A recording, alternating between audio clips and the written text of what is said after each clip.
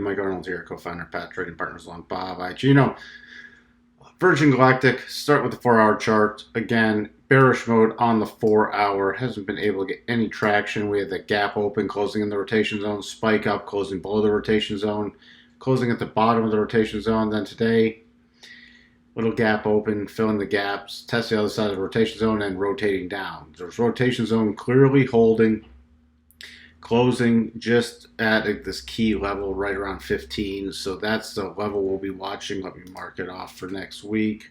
Right around there, $14.95, $15.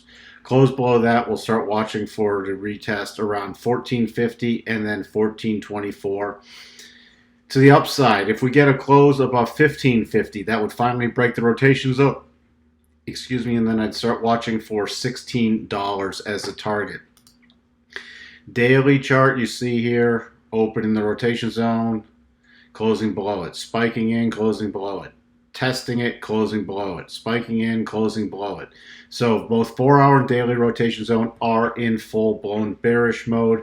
Again, that you can see this level holding, this $15 level right here. Just a reminder, the 200 comes in just above that $14.50 level. So daily and 4-hour in bearish mode.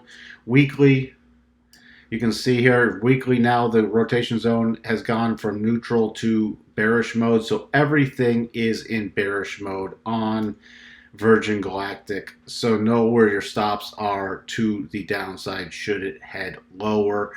And if you're only trading it from a long side, can't offer investment advice, but there's no buy pattern, and daily, 4-hour, weekly are all in bearish mode. So it's only scalping plays from the long side unless there's a strong buy pattern present, which there isn't. That's what we have for you on Virgin Galactic, and we'll talk to everyone later. Bye for now.